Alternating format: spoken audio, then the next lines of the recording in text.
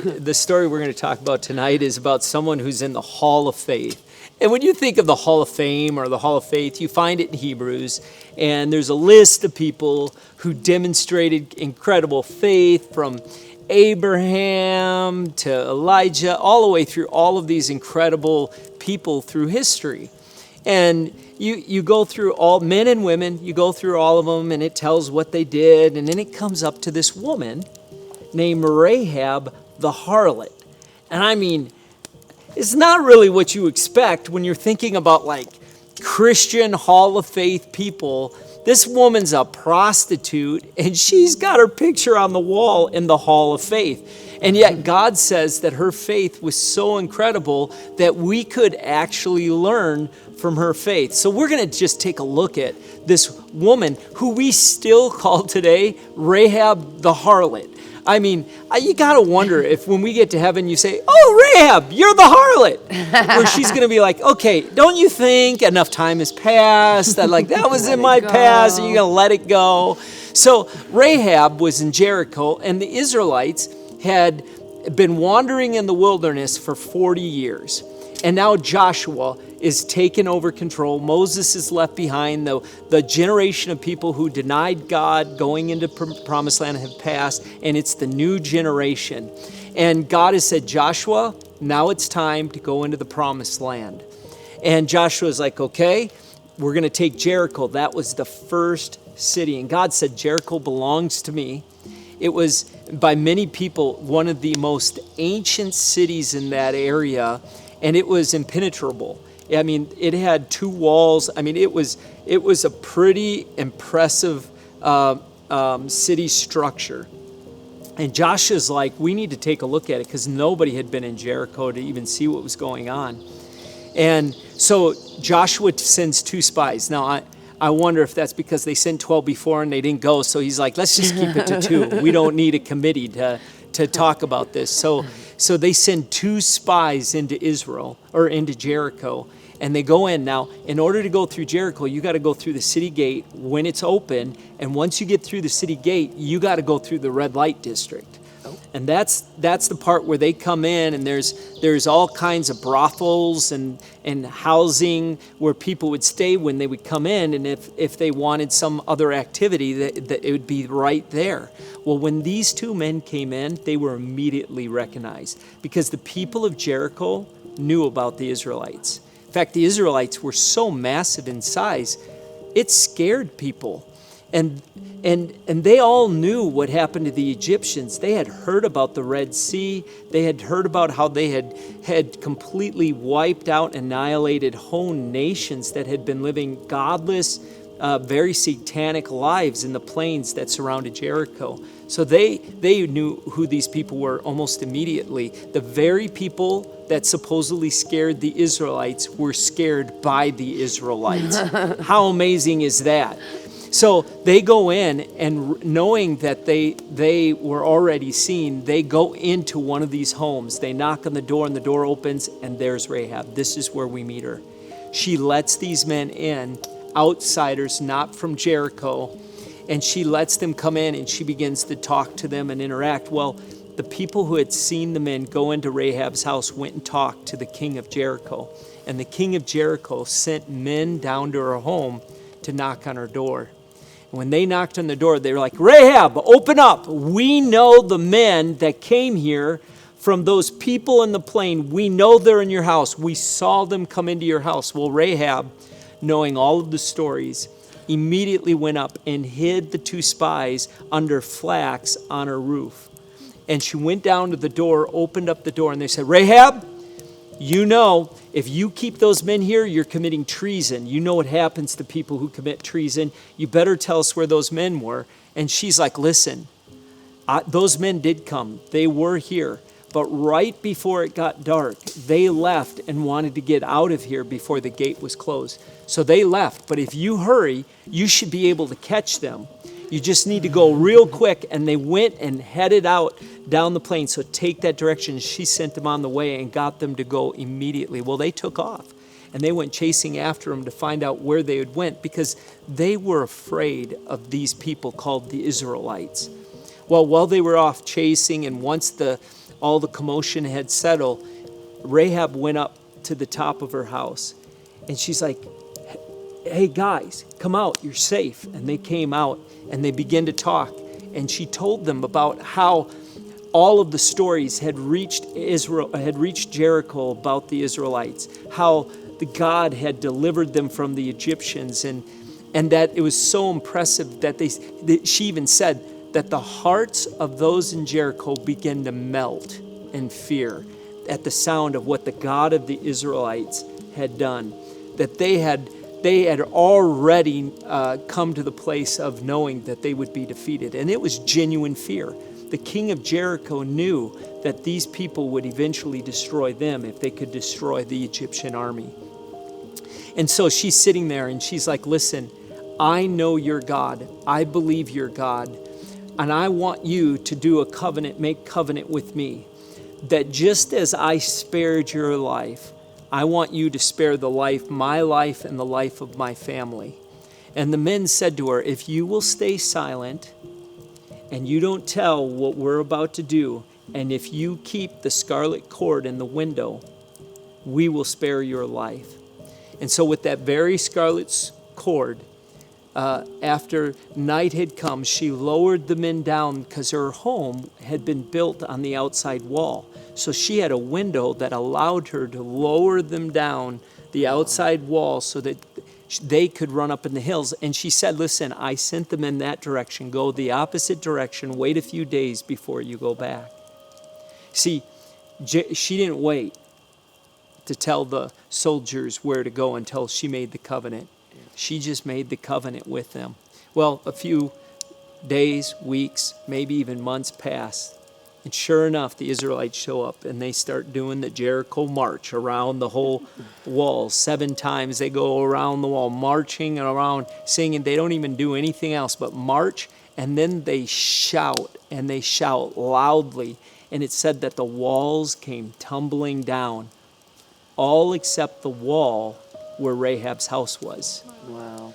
That when these men made covenant with Rahab, that covenant was binding before God. And because the cord had been put in the window and her family was with her, they were spared from the destruction that took place. And because Jericho belonged to God, they took nothing from Jericho and they left Jericho. But they took Rahab out of Jericho. She went from being a prostitute and a harlot to being a princess. She went to live with the Israelites. Now, this is an interesting story. This is pretty amazing.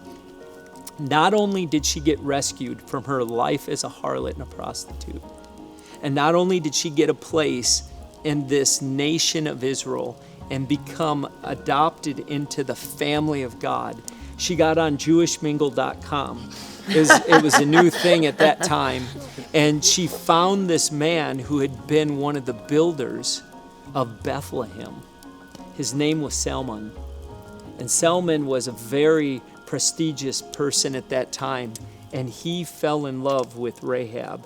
You see, even though she had been used and abused by the men of Jericho, Salmon, a man of great esteem, saw the value in this woman, Rahab, and he took her to be his wife. And what's interesting about this story is Salmon and Rahab had a son. His name was Boaz. Boaz married Ruth. Boaz and Ruth had a son. They named him Obed. Obed had a son, named him Jesse. And Jesse had a son and named him David, King David. That this harlot, who had been part of a godless, pagan worship, prostitute woman, prostitute lifestyle, would eventually not only become the great-grandmother of the greatest king in Israel's history, maybe the world, but became one of the great-great-great-great-great-great-great-great-great-great-grandmothers of the one we would call Jesus. That in his lineage, this woman would become part of that story. Isn't it amazing what God can do with people who are willing to turn their eyes to him and say, I give you my life, even though we have a terrible past. You know, some of the lessons that we can learn is Rahab gets a new home, a new family, and a new purpose. But one of the lessons we can look at is who or what you are aligning yourself with is very important. You know, her nation was Jericho. It was her people. And she could have very easily had aligned herself with her people. The same people that saw no value in her. She was the lowest of the low class. And she heard the stories just like everyone else in Jericho. But she chose to align herself in that moment. They all heard the same story. But when she heard the story, she was like, no, that God is real. That God I want to align myself with. And when she was given an opportunity to align herself and to put her faith into anything, she didn't put her faith in her Jericho nation or in her king or in her neighbors and the soldiers that came after her. Yeah. She had an opportunity to put her faith in God, and she's like, I'm going to take it. Here is a woman of incredible faith, and she did it. Secondly, she made a faith decision and then a covenant decision. You know, a lot of times we want to see it before I believe it. That's not living by faith. That's living by sight. A lot of times we're like, well, if God does this, then I'll put my faith in it. What Rahab did is she says, I'm going to put my faith in the integrity and character of God, even though I don't know how he can do any of it. She had no assurance. When she told those soldiers that they had left, she had committed treason. She could have very easily been killed. They didn't care about her. She was a harlot. She was putting her life on the line and didn't even know if these men would make covenant with her. Didn't even know if God would spare her life. But she said, I would rather put my faith in the one who is the God of the Israelites than to put my faith in that which has been around me, that has treated me and literally put me into a place of being a harlot. She made covenant. She put her faith in God before she ever had a covenant to stand on. You know, our faith, we put our faith in things, and God wants us to put our faith in things before we even know whether it will happen or not. Without faith, it's impossible to please God. You know, it says in James 2:25, it says, in the same way, was not even Rahab the prostitute considered righteous on what she did when she gave lodging to the spies and sent them off into a different direction? As the body without the spirit is dead, so faith without deeds is dead. You know, it's amazing. We live in a world where a lot of people say they have faith, but they don't have any works. Well, how do you know you have faith if there are no works to prove the faith? Yeah. See, faith is the root, works are the fruit. When we have faith, it's going to produce fruit, which are the works.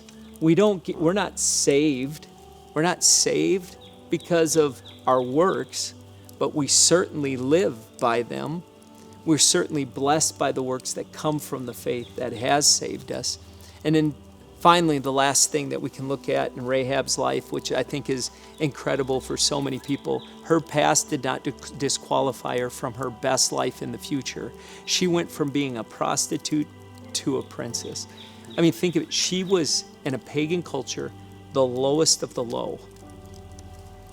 We know about Rahab now. She's written in the annals of history, in the halls of faith, and in the Bible, right? But for most of her life, nobody knew who she was. She was just a woman to be abused. She was a nobody. She probably wasn't educated. She was just treated by men as garbage. And yet God saw her. In spite of her past, God included her in the story of Jesus. God saw her. And no matter what your past looks like, you say, man, I got an abortion. How could God ever love me? You know, I've been divorced, or I've done things I don't ever want to talk about. How could God ever love me? If I just get into heaven, if I could just get into heaven, that's all I'd ask. I don't deserve anything more. You know, the reality is nobody deserves anything more. But if there's one person that should inspire us, if you got a past, the one person that should inspire us is Rahab the harlot. And even though that's really not her identity, she's not Rahab the harlot, She's Rahab, the mother of Jesus. We're reminded, and I think the reason we keep saying Rahab the harlot is because we're reminded that no matter what your name is, Tony, no matter what your name is, Kelsey, whatever comes after that, Tony the whatever it is, Molly, whatever, no matter what your name is, God can change it. She has a new name. She's no longer Rahab the harlot, but Rahab the bride of Christ, Rahab the redeemed, Rahab the blessed, Rahab the receiver of the promise. Because God just does that in our life. And you have a new name written down in glory. And we see that in Rahab's life. Don't for a minute think that God doesn't see you. Because I promise you, you're not as hidden as Rahab was in that wall house. You're not as abused as she was. Maybe you've had a rough life, but God sees you. God has a name for you, and God has a future for you if you will just put your life in His hand, if you will just move by faith and not by sight.